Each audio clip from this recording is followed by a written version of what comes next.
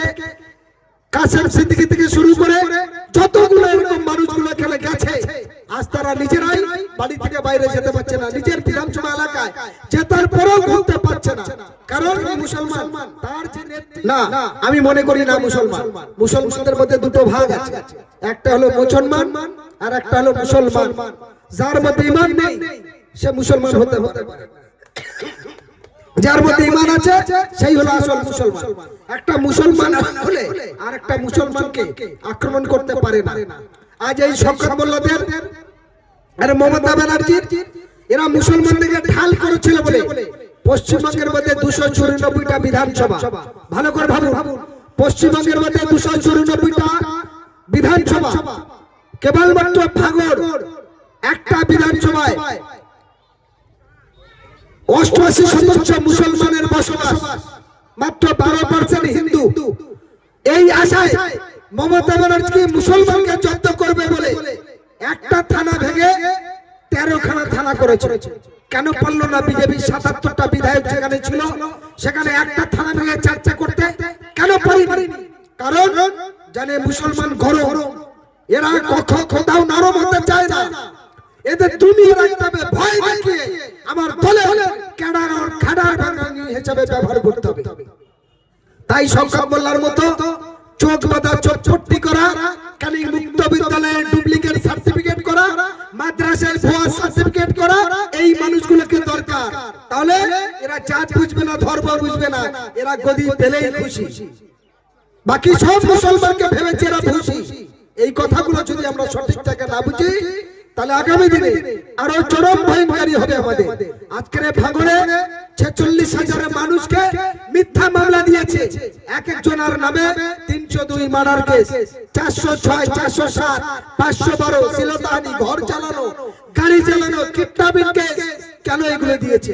এর উত্তর আছে? উত্তর নেই। ফলে মমতা বন্দ্যোপাধ্যায় এইভাবে মুসলমানদের ঢাল করে নিয়ে গেছে।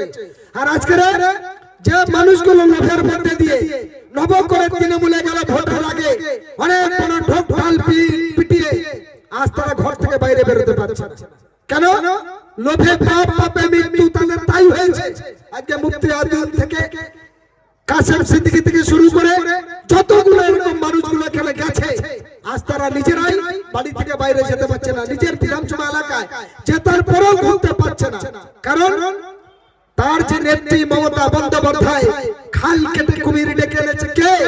তৃণমূল বিজেপির সঙ্গে জোটে 3বার মন্ত্রী হয়েছে, একবার কেন্দ্রীয় রেল মন্ত্রী, একবার কয়লা মন্ত্রী, একবার দপ্তরহীন মন্ত্রী। দীর্ঘ 20 বছর তৃণমূল কংগ্রেস বিজেপির সঙ্গে জোটে ছিল। সেই সময় সেই জোটে থাকার পরে সেই ভিক্টর ব্যানার্জির পিরিয়ড থেকে শুরু করে আর তপন সিকদার থেকে শুরু করে আর বর্তমানে শ্রমিক ভট্টাচার্য পর্যন্ত এই লাইনগুলো করেছিল মমতা বন্দ্যোপাধ্যায়। আজকে আপনি সব করে ফিশারি এবং খালের মধ্যে কুমিরের বাচ্চা ছেড়েছেন, সেই বাচ্চা বড় হয়েছে, আপনার ছেলে মেয়ে আপনি পা ধুইতে গেছেন, রুজু করতে গেছেন, সেই কুমিরের গালে আপনি পড়েছেন। এ দেশ তো বাইরের লোকের নয়, এ দেশ তো আপনার। আর আপনি বিপদে পড়েছেন। গোটা বাংলার সমস্ত স্তরের হিন্দু, মুসলমান, দলিত, আদিবাসী সর্বস্তরের মানুষকে ওই কুমিরের গালে ফেলে দিয়েছেন। দেশের কান্তার তো আপনি তৃণমূল কংগ্রেস। তাই আজকে তৃণমূলটাকে শেষ হয়ে গিয়ে তোলামূলের পরিণত হয়েছে। আর এই তোলামূলের আমি নতুন করে নাম দিচ্ছি, একটা হলো চটি চাটা তৃণমূল, আর একটা হলো পালিশ চাটা তৃণমূল। চটি চাটা কালীঘাটের ময়লা জায়গা থেকে কয়লা চোর থেকে পালি চুরি করেছে, টাকা অর্থ গদি ক্ষমতা লুটেছে। আর একজন ওই রীতিমতো যে মহিলাকে নিয়ে পালিশির আড়ালে জিপ দিয়ে করে যাচ্ছে, ওই হলো চাটা তৃণমূল। ফলে এরা সমাজের ভালো কিছু করতে পারে না। ফলে এই সমাজের ভালো কিছু হতে গেলে নওশাদ সিদ্দিকীর মতো বীর সৈনিকের দরকার, যে কেবলমাত্র অর্থগতি ক্ষমতা ভাবেনি। তিনি যে পরিবারে জন্মগ্রহণ করেছেন, তিনি মরতেন বিলাসিতার সঙ্গে জীবনযাপন করতে পারত, কিন্তু তিনি নিজের এই সমাজ ব্যবস্থার জন্য জীবন বিপন্ন করে টানা 1.5 মাস মিথ্যা মামলাতে জেল গেলেছে, তবু নত শিকার হয়নি। মমতা বন্দ্যোপাধ্যায় 25 কোটি টাকার অফার দিয়েছে, রাজ্যের বিভিন্ন গুরুত্বপূর্ণ দপ্তরের মন্ত্রীর লোভ দেখিয়েছে, তারপরে তাকে রুখতে পারেনি। সুতরাং আজকে আমি আপনাদের কাছে সেই কথা বলতে চাই, আগামী দিনে যদি আরো ভালো জায়গায় আগাতে হয়, এই ক্যানিং পূর্বে সহ সর্বস্তরের ভাবে যে পরিবেশ পরিস্থিতি তৈরি হয়েছে, এই বীজে মূলের মধ্যে দিয়ে সমাজ পরিবর্তনের সামাজিক সব কাজ করা সম্ভব নয়। কারণ ক্যান্সারের থেকে ভয়ঙ্করী রোগ হলো হিংসা। তাই ভগবান আল্লাহ ঈশ্বর গড আমরা হিন্দু মুসলমান দলিত আদিবাসী যে যার ধর্মের প্রভুদের বলি যে মানুষ হলো পৃথিবীর সর্বশ্রেষ্ঠ।